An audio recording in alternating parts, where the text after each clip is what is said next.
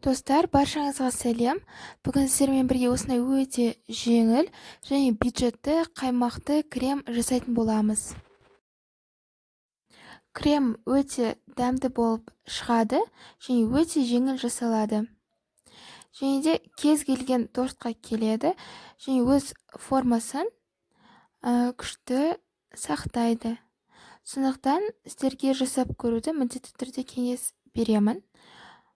Ол үшін сіздің кішкене ғана уақытыңыз кетеді. Ең алдымен бізге марля, кез келген сметана және дуршлаг керек болатын болады.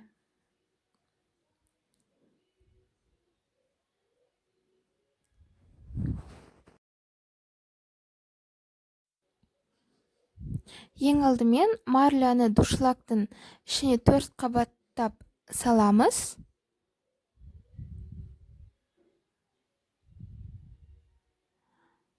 Марлямыз таза болу керек және де ортасына қаймақты салатын боламыз.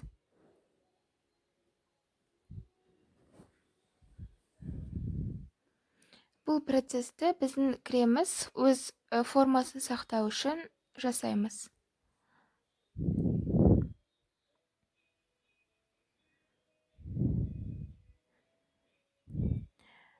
Мен 600 грамм қаймақ алдым. Енді қаймағымыздың үстінен кез келген ауыр зат қоямыз, немесе тәрелкемен жабамыз. Одан кейін 7-8 сағатқа тоңазытқышқа қойып қоямыз.